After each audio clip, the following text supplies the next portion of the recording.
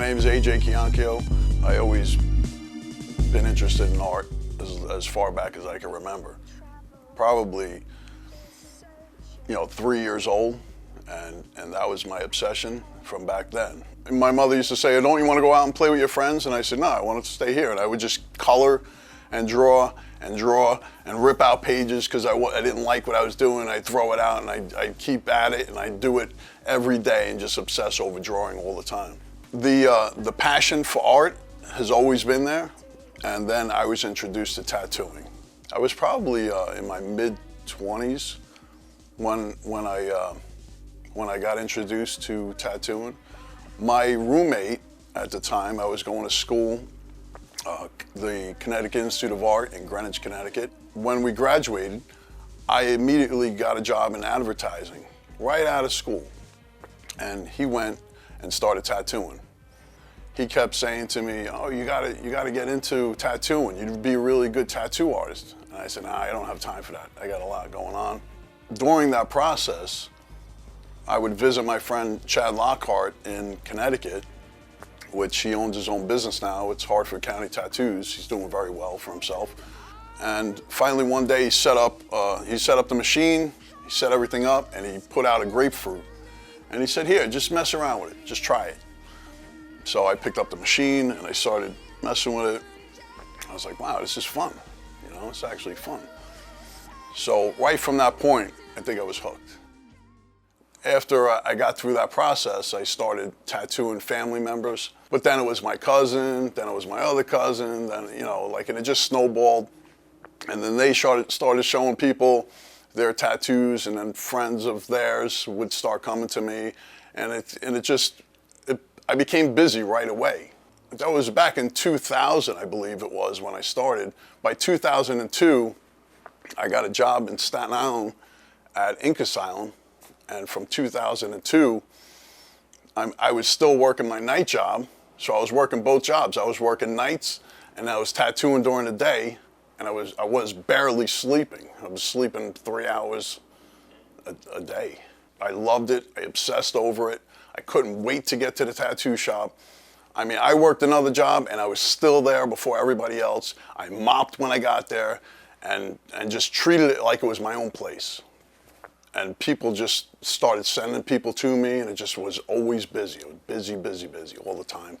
And I was there from 2002 probably until I think it was about 2007. So it was 5 years that I worked both jobs, and I was exhausted, but I didn't care because I loved tattooing. In 2008, I wound up opening my own place, Broadway Tattoo Lounge. And that's how I got started in my own business. We had a really good time the first year. I mean, it was busy right from the get-go. We always we opened the doors, and that was it. I mean, it just took off. So I'm blessed. I'm blessed with the people that I had then, and I'm blessed with the people that I have now that are working for me. I mean, I have a staff of 9 workers. To find 9 tattoo artists in one place that everyone gets along and there's no drama is pretty rare, and that's what I have here. So I'm grateful for that. I have tattoo artists that I was influenced by. There's Bob Tyrell, Paul Booth is a big one. These are fine line black and gray guys. Tommy Lee Wedner, he's from Germany.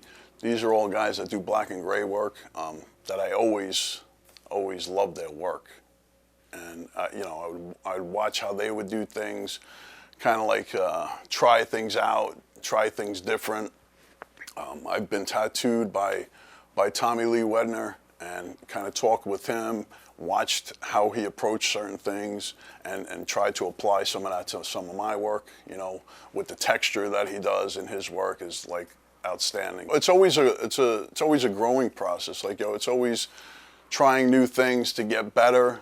So I'm always looking to try and better myself with certain things when it comes to tattooing. My favorite style of tattooing is fine line black and gray. I like to do portraits. I like to do freehand stuff like gory stuff, zombie work. That's the type of work that interests me.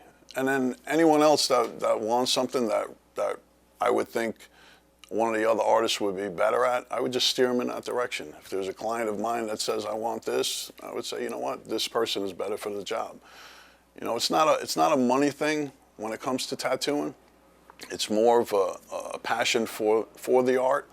So when someone comes through the door and they want a particular tattoo, it's more about who's going to do the better job. If you do the best of what you do, it's inevitable that you know, the money that you're looking to make will come.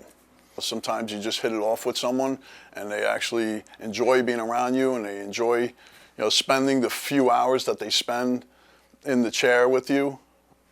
And then it just becomes, it just snowballs. You know, they want another one. Oh, you know what, I want to do a sleeve now, I want to do a back piece. And before you know it, you know these people for 10 years and you're inviting them to your wedding, you know. And that's how it turns out. So you grow some really good relationships with people because you spend a lot of time with them.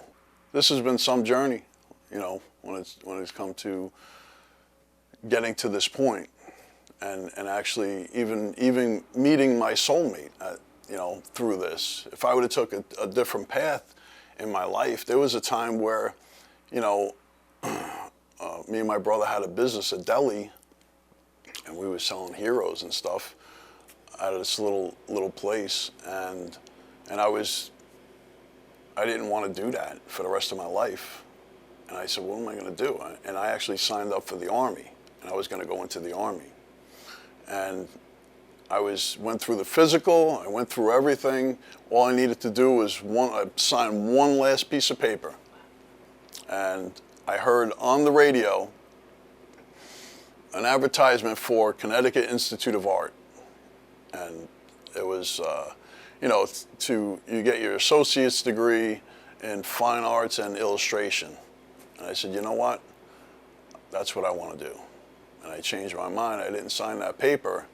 And if I didn't change my mind at the last second, then my life would have been totally different, I think. I wouldn't be here. I think it would have took a totally different path, you know, and I truly believe that every decision that I made, good and bad, led me here and led me to my wife. My wife came in, she at the time, she was a tattoo artist. She came in for a job, and I hired her, and here we are almost 11 years later together. This has been some journey.